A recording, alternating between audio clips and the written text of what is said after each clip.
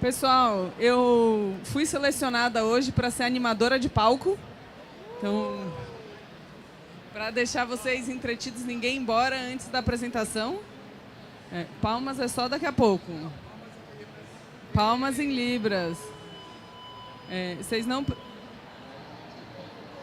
não precisam ter medo, a gente não chama ninguém no palco nessa aqui, pode sentar na frente. Não é stand-up, quer dizer, talvez seja nesses primeiros 3 minutos. Pode sentar, pessoal que está em pé aí, senta aí que vai curtir bastante. Tem cadeira aqui na frente, tem cadeira aqui do lado, tem espaço para todo mundo. 30 minutinhos, apenas 30 minutinhos do seu tempo, aproveitem para sentar, que tem muito lugar para ficar em pé aqui, fila para pegar, para comer, para tomar água, para ir no banheiro. Vocês que estão aí olhando, podem prestar atenção também. Fiquem à vontade, viu?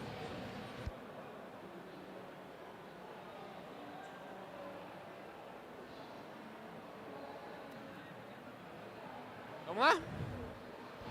Vamos lá, pessoal. Eu gostaria que vocês aí que estão prestando atenção, mexendo no celular, façam uma salva de palmas para Yuri! Fala, pessoal. Fala, Campus Party. Quem estava antes aqui, levanta a mão na dinâmica. Aê, boa. Quem chegou agora para falar só sobre poker, vou me apresentar. Meu nome é Yuri, tá? O nome da minha talk, eu perdi o passador.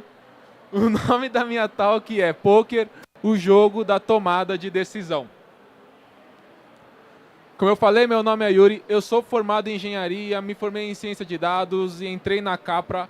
A Capra é uma empresa que a gente faz a implementação de cultura analítica dentro de outras empresas. E já faz alguns anos que nós somos convidados a participar aqui da Campus Party, trazendo talks mais divertidas, talks mais alegres ou mais com o intuito de trazer informação sobre dados para vocês. E é exatamente isso que eu quero fazer hoje. Quero, abordando o jogo de pôquer, falar sobre o processo de tomada de decisão com vocês, que pode ser usado tanto no dia a dia quanto na área de negócios, beleza? E a primeira pergunta que eu faço é, o pôquer, para quem já jogou, é um jogo de azar ou não? Quem acha que é um jogo de azar, levanta a mão. Ninguém levantou a mão. A Piva acha que é um jogo de azar. Por que você acha que é um jogo de azar, Piva? Porque eu tenho muito azar. Porque ela tem muito azar e ela nunca ganha o jogo. Muito bom. Na realidade, pessoal, o poker não é um jogo de azar. Por mais que ele seja jogado nas casas de apostas, em Las Vegas principalmente, ele é mais um jogo sobre a qualidade da sua decisão do que efetivamente a sorte e o azar. É claro que em poucas rodadas a sorte vai influenciar muito no seu jogo, mas quando a gente coloca isso no longo prazo, a gente vê que os melhores jogadores são aqueles que tomam as melhores decisões, são aqueles que tomam as decisões baseadas em dados. Então, efetivamente, pôquer é um jogo de coleta de dados e pôquer é um jogo de interpretação da informação. Como eu falei, o pôquer é um jogo sobre tomada de decisões. Um jogador de pôquer, só para vocês saberem, em uma partida normal, que dura em média 2 minutos, ele toma mais ou menos 20 decisões. E dentro dessas 20, depois dessas 20 decisões, ele tem um feedback imediato. Alguém aqui imagina o que seria esse feedback imediato? Desculpa. Vitória ou derrota, muito bom. Ou ele ganha ou ele perde dinheiro. Então, depois dessas 20 decisões que duraram em torno de 2 minutos, ele vai saber se ele vai ganhar ou vai perder dinheiro naquela rodada. Então, se ele toma decisões melhores, ele vai ter mais vitórias, logo ele vai ter mais dinheiro. Essa é a lógica de qualquer jogo de aposta, qualquer jogo de pôquer, é a lógica de conseguir tomar melhores decisões para ter mais vitórias e, consequentemente, mais dinheiro no bolso. E como, então, que a gente vai conseguir tomar essas decisões melhores? É exatamente isso que eu quero trazer para vocês, como tomar decisões melhores para conseguir no final do jogo ter mais dinheiro ou no final da vida ter mais vitórias do que derrotas. Tomando decisões baseado em dados. Então, pessoal, antes de continuar, eu quero saber se alguém aqui nunca jogou pôquer. Nunca jogou? O amigo ali. Vocês dois aqui, ó, o amigo e a moça de amarelo, tá bom? Vou brincar com vocês dois, pode ser? Então, beleza. Primeiro você, amigo. Eu vou te dar uma... Você nunca jogou, você sabe as regras mais ou menos? Não sabe nada. Show de bola, é exatamente isso que eu queria. Aqui, só para explicar rapidinho, no jogo de pôquer você vai ter 2 cartas na sua mão e de 3 a 5, começa com 3, mas pode ir até 5 cartas na mesa. Vamos supor que você recebeu essas 2 cartas na sua mão e tem essas 3 cartas na mesa. Você, como jogador que não sabe nada, você apostaria seu dinheiro nessa rodada ou não apostaria? Não apostaria? Para você me ajudar, você aposta. Então você vai apostar, beleza? Tá bom, obrigado, viu? Então você vai apostar e eu vou falar para você que você ganhou esse jogo. Show de bola? Então você teve um bom resultado. Mas isso será que reflete em uma boa decisão? Ou seja, você tomou uma decisão assertiva mesmo ganhando esse jogo? Você acha que você teve uma qualidade de decisão boa?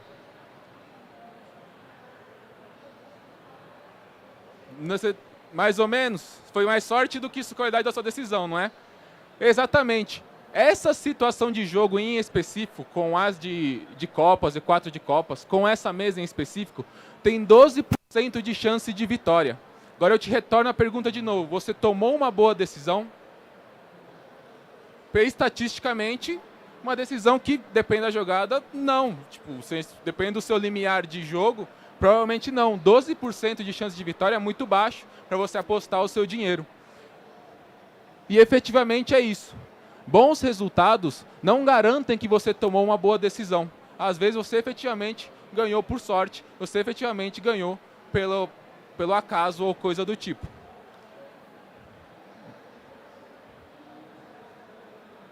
Agora a moça de amarelo. Vamos lá, mesma situação. Você nunca jogou, você não sabe as regras, né?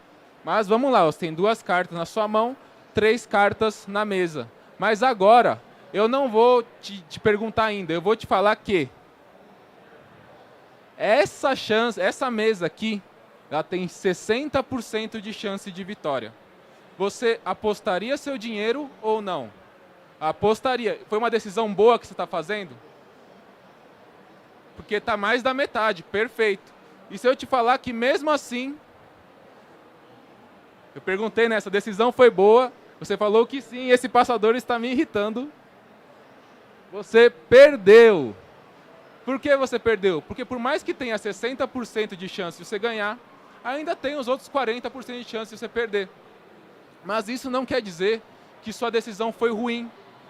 Pode não ter gerado bons resultados, mas você tomou uma decisão baseada na informação que você tinha, que tem uma qualidade muito maior do que a do nosso amigo, que então, por mais que tenha ganhado, tomou uma decisão baseada completamente no sentimento dele, ou na minha pressão, porque eu precisava que ele falasse que sim, mas tomou uma decisão completamente baseada no sentimento.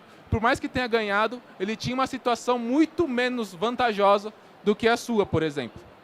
Então, boas decisões também não garantem bons resultados. Nós temos controle sobre a qualidade das nossas decisões, ou pelo menos deveríamos ter. É isso que eu quero trazer para vocês. Mas, infelizmente, não temos controle sobre os resultados que vamos ter a partir dessas decisões. Então, você vai me perguntar, Yuri, mas então por que eu vou tomar decisões baseadas em dados? Por que eu vou tomar essas decisões com alta qualidade se eu não tenho certeza do que vai acontecer? Como está na tela, pelo longo prazo. Por mais que você tome decisão e essa decisão seja com boa qualidade e não resulte em um bom resultado, estatisticamente, você vai ter mais bons resultados do que resultados ruins. E é exatamente isso que acontece no jogo de pôquer.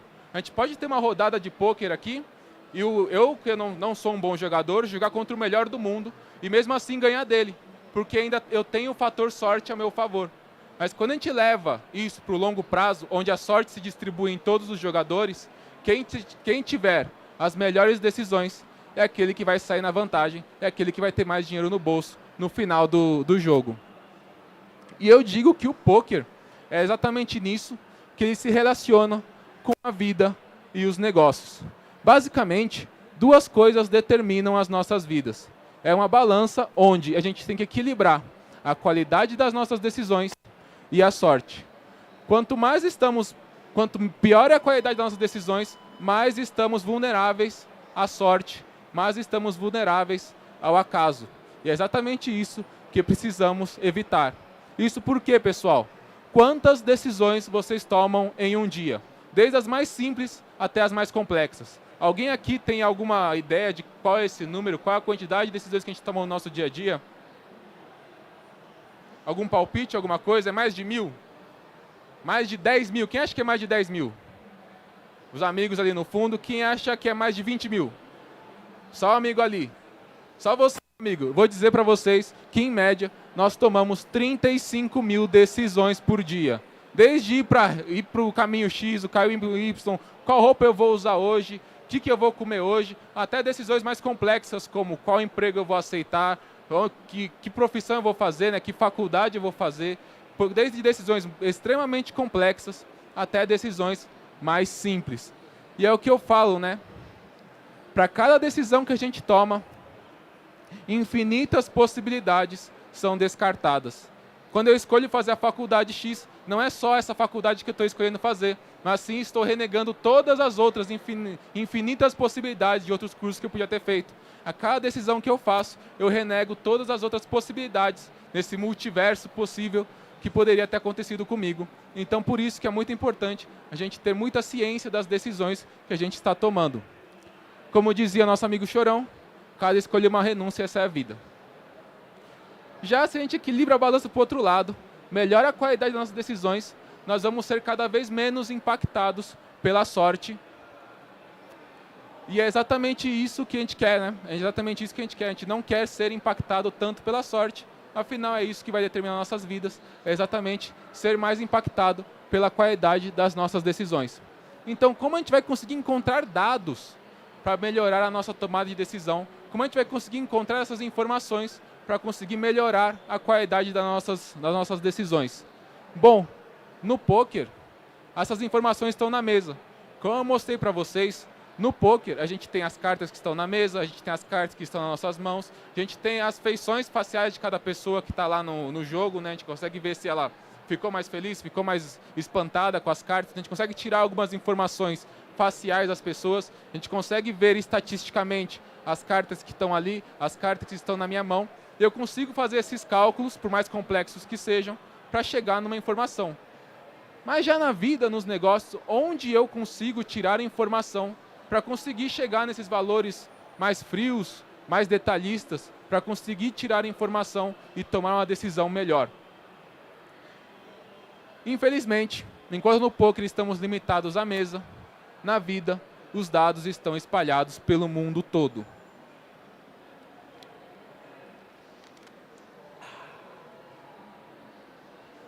Eu quero falar para vocês agora uma historinha, tá, pessoal? Antes da internet, nós tínhamos um volume limitado de dados. Imagine você, piva, uma pivinha, pequenininha, que adorava jogar bola. Como você fazia seus trabalhos de escola? Eu pegava tudo da enciclopédia. Você usava enciclopédia. Quem mais aqui usava enciclopédia para fazer trabalho de escola? Nossos amigos ali, o pessoal lá do fundo. Tem um pessoal que não quer entregar a idade, então não levantou a mão. Mas eu também, eu tinha que procurar enciclopédia, eu também tinha que procurar alguns livros. Foi por pouco tempo depois eu comecei a usar a internet, tá, pessoal?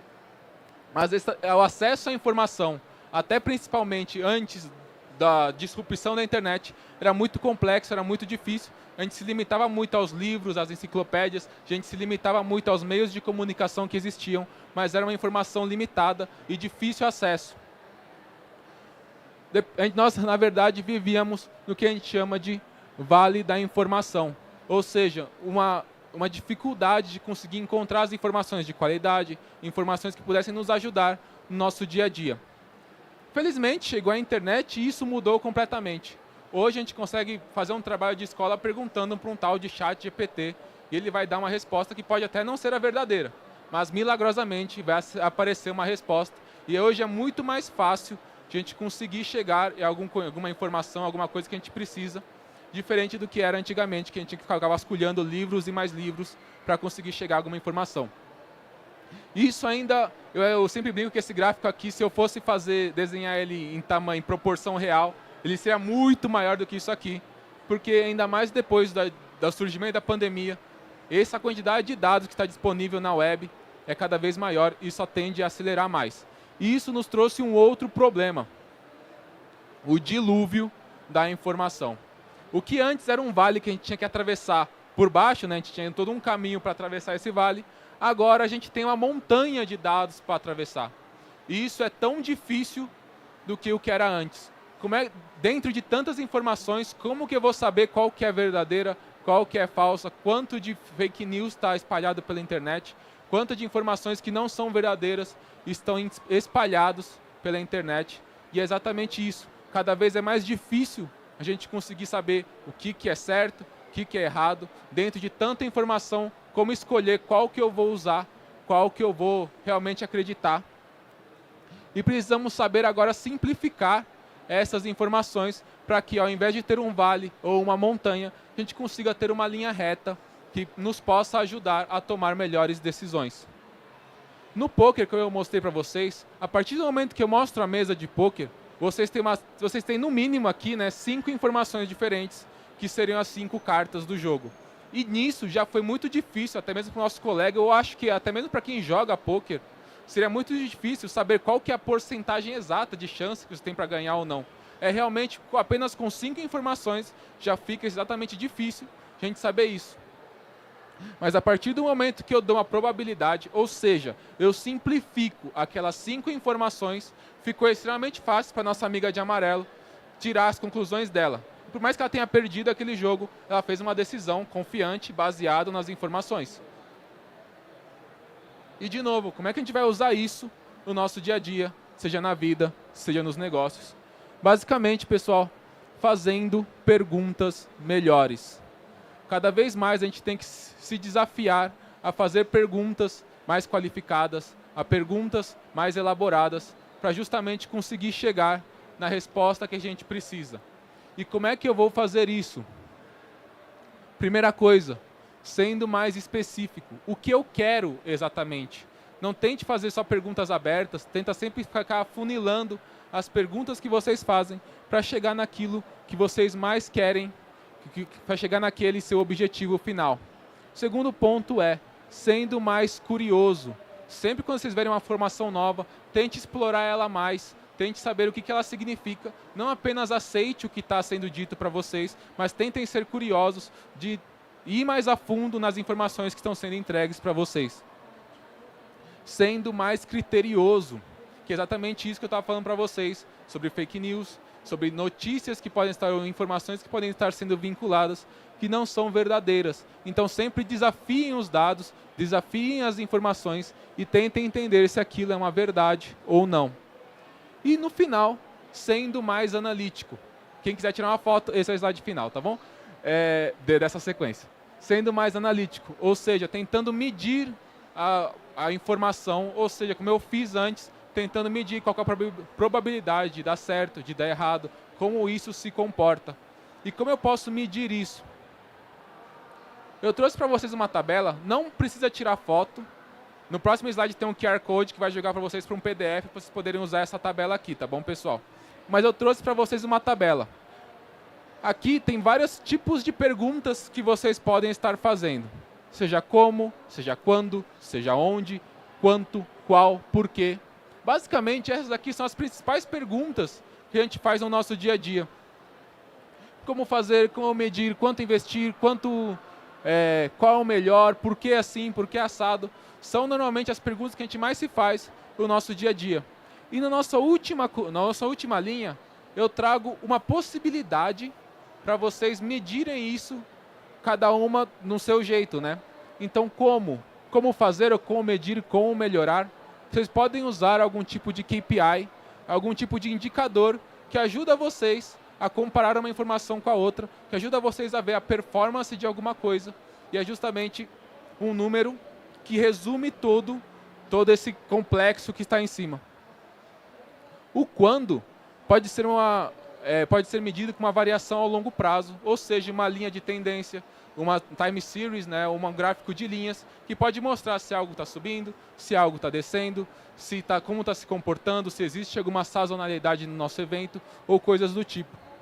O onde, eu posso estar comparando dois efeitos, né, um onde está e o outro onde vai estar depois, então eu posso fazer um comparativo.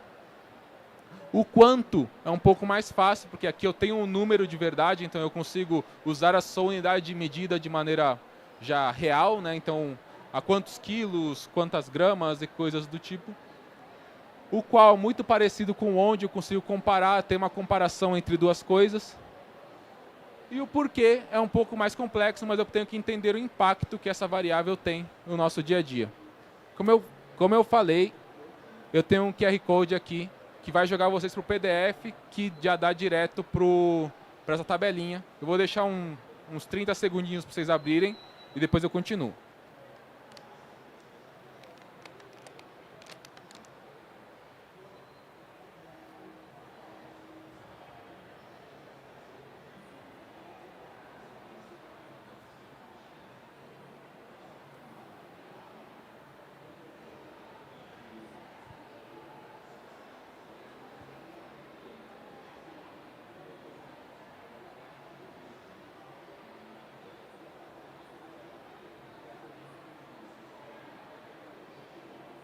Foi, pessoal? Foi, meu amigo? Foi? Beleza. Então, vamos voltar aqui. O que eu fiz com vocês nessa tabela?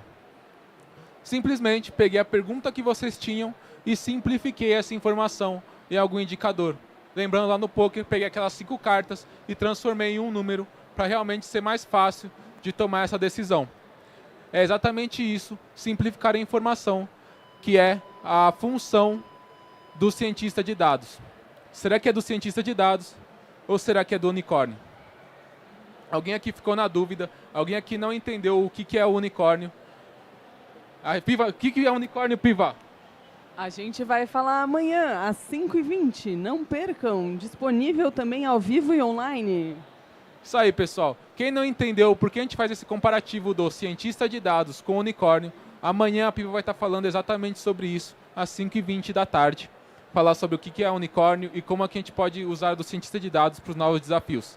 Mas, voltando para a nossa conversa, esse é o papel do cientista de dados. E sem dar tanto spoiler sobre a talk de amanhã, eu vou falar um pouco para vocês o que é o cientista de dados.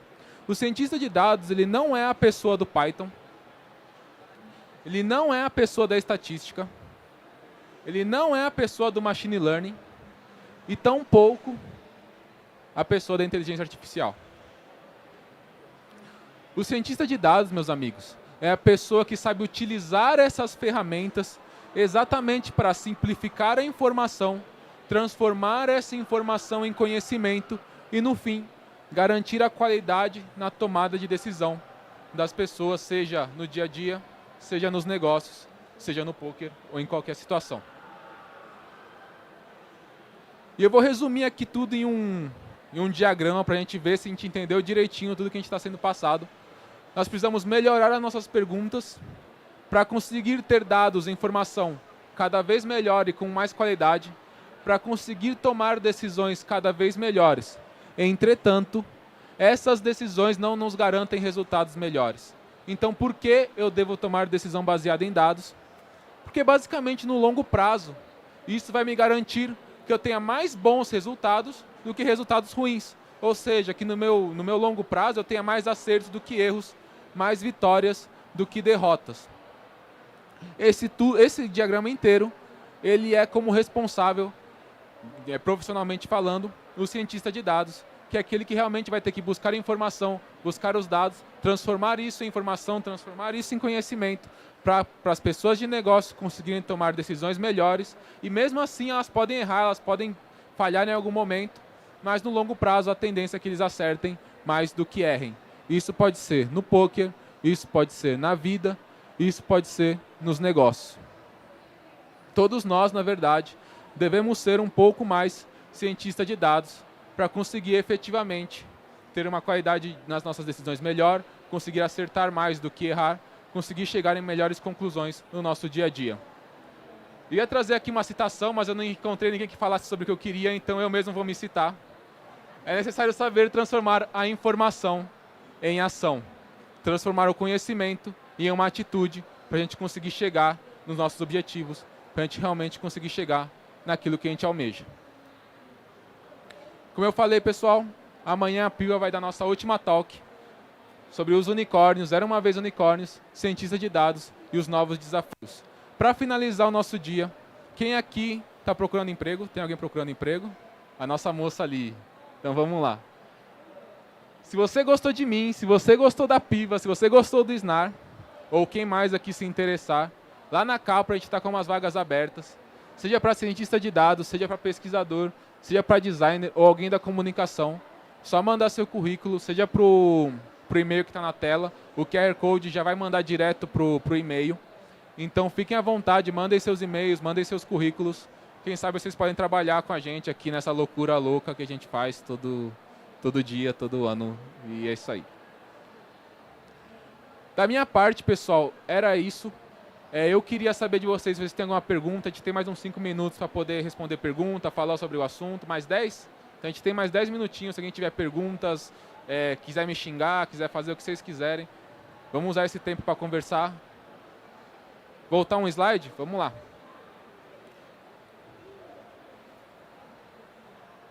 Show? Foi. Então é isso, pessoal. Muito obrigado pelo dia de hoje. Obrigado por me escutarem. Obrigado por quem participou também da dinâmica anterior. Muito obrigado por participar. E é isso, pessoal. Valeu.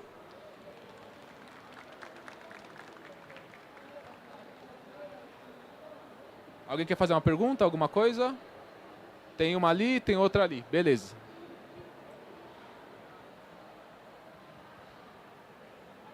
Oi, bom dia. Primeiro, eu gostei bastante do tema, eu achei bem interessante. E pensando um pouquinho... Vocês conseguem me ouvir? E pensando um pouquinho nas probabilidades de, por exemplo, a minha decisão tomada começar a dar mais ruim do que bom. Porque pode acontecer das decisões elas começarem a tomar rumos negativos ali dentro das estatísticas. Em que momento talvez eu precise parar e rever... Talvez eu precise rever os meus dados, a minha investigação, porque realmente a minha análise inicial não faz mais sentido nesse momento. Tipo, em que momento você precisa parar e pensar, não, pera, tem algo que eu preciso rever, ou mudou algum fator, ou ambiente, enfim, whatever. Tipo, algo nesse sentido, sabe? Perfeito. A gente discute muito isso justamente no momento que os comportamentos humanos mudam a todo momento. A gente está em constante evolução, coisas que antes eram verdade, hoje já não são mais verdade. E eu sempre brinco, né, que depois de uma pandemia, tudo que era algoritmo, tudo que era machine learning, tudo que era inteligência artificial, deixou de funcionar, justamente porque a gente teve uma mudança brusca nos nossos comportamentos, a gente teve uma mudança brusca do que a gente fazia no nosso dia a dia. Então, efetivamente, quando você começar a perceber que existem mudanças que estão acontecendo na nossa humanidade, ou existem mudanças que são muito relevantes para o que você está tomando de decisão, você vai precisar, sim, rever os seus dados, vai precisar, sim, rever o que está acontecendo. Eu sempre digo que isso é meio que constante, isso é meio que fazer algo constantemente, sempre estar apurando o que você está vendo de dados. Mas é trabalhoso, eu sei, mas tem que ser algo constante, porque a gente tem uma mudança, né? As pessoas mudam a todo tempo, nossos comportamentos mudam a todos os instantes.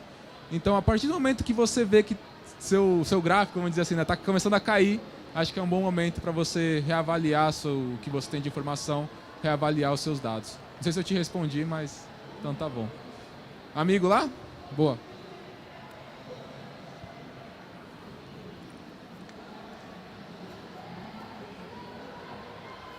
Parabéns pela palestra. Minha dúvida seria assim, mais sobre uma ferramenta para análise de dados.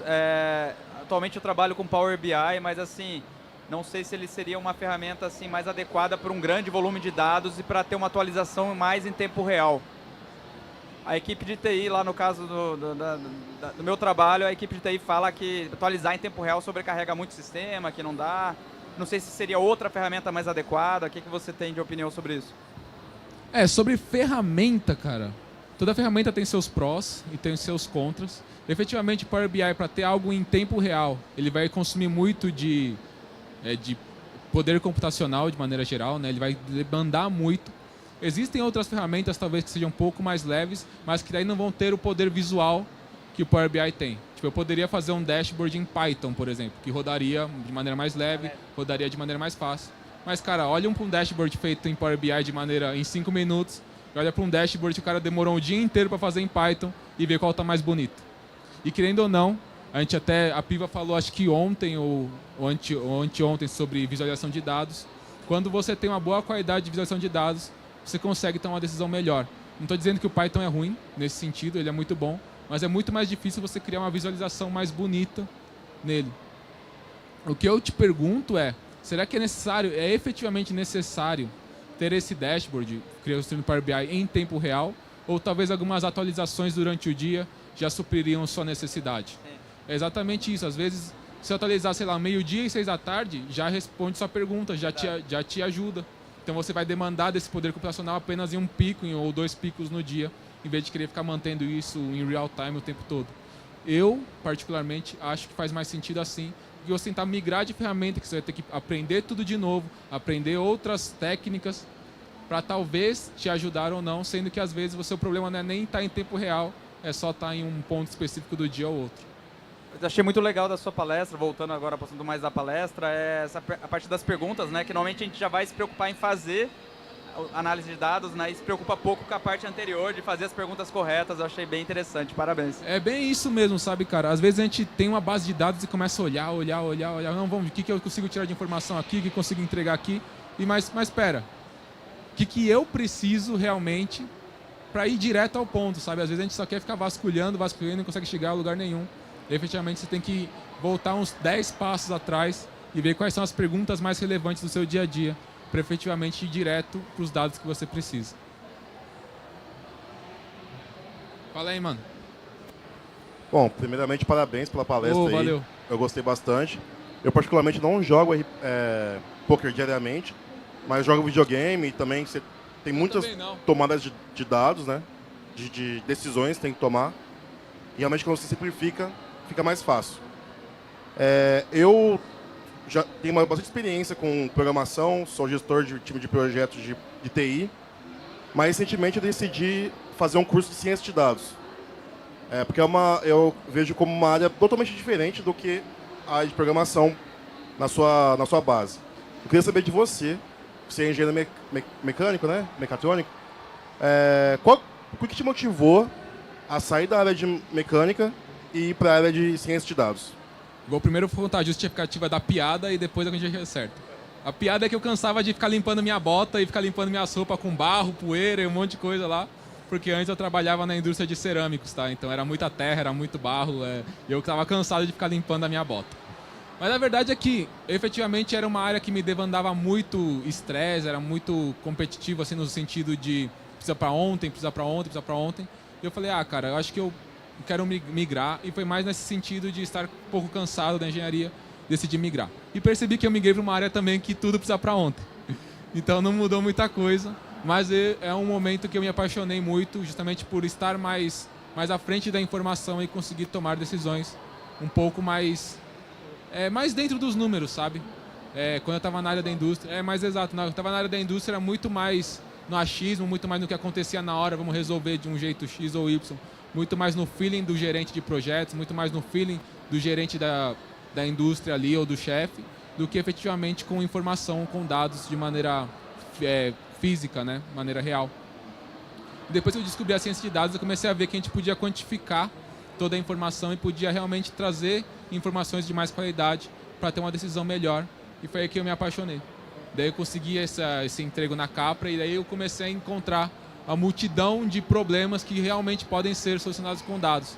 Na Capra a gente atende várias empresas de grande porte, e eu comecei a ver como cada empresa tem seu problema peculiar, e ao mesmo jeito todos têm às vezes as mesmas dores, sabe? Então foi por isso que eu migrei. Não sei se você fez mais alguma pergunta que eu esqueci. Era isso? Então beleza. Vai lá?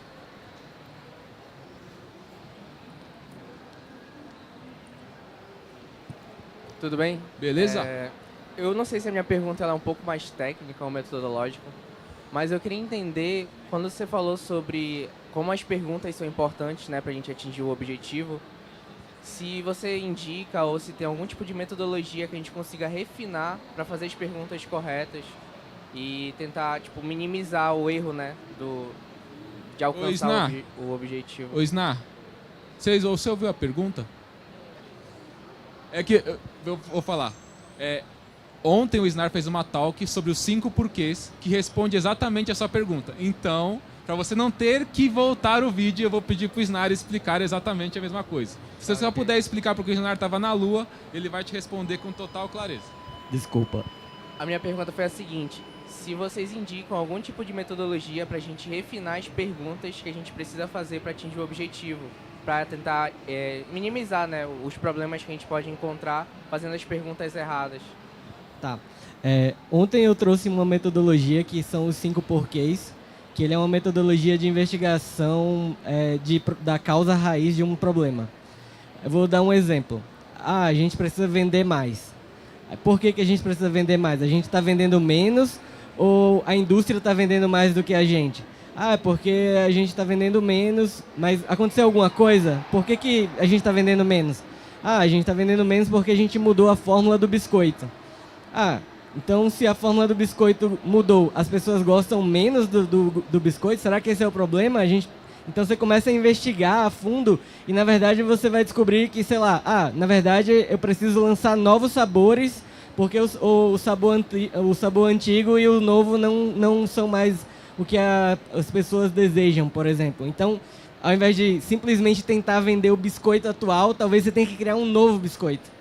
E você não ia resolver esse problema se você não fosse investigando. Seria tipo um blockchain de questionamentos, assim. Exato. Sim. Você vai fazendo uma cadeia de questionamento. Eles falam em 5 porquês, essa metodologia foi desenvolvida pelo Toyoda, lá da Toyota. E ele fez isso para melhorar o processo industrial, mas você pode fazer quantas perguntas forem, desde que você vai chegando na causa raiz. E eu acho que fica muito claro quando alguém te pede uma coisa mais superficial, principalmente, eu não sei se você já trabalha na área de dados, alguma coisa assim. Em geral, ele chega com uma pergunta assim, faz um dashboard para mim que eu quero investigar tal coisa. Aí você pode dar um passo para trás e falar, tá, mas qual vai ser a decisão que você vai tomar? Não, eu preciso ver. Você fala, tá bom, deu 42, qual que é a decisão? E às vezes é isso, como chegar nessa pergunta e como modelar o dado. Às vezes, o Yuri estava falando, às vezes o dado que você precisa para responder essa pergunta não foi coletado. E precisa ter coragem de falar, beleza, a gente tem 12 terabytes, mas ele não resolve o nosso problema, porque a gente quer saber uma coisa que a gente ainda não perguntou aqui. Então a gente precisa começar a coletar o dado agora. E, enfim. Entendi. Obrigado, tá respondido. Nada. Obrigadão. Valeu. Obrigado, pessoal. Infelizmente acabou, mas se alguém tiver mais uma pergunta, a gente vai estar aqui arrumando as coisas, beleza? Obrigadão pela participação de todo mundo aí.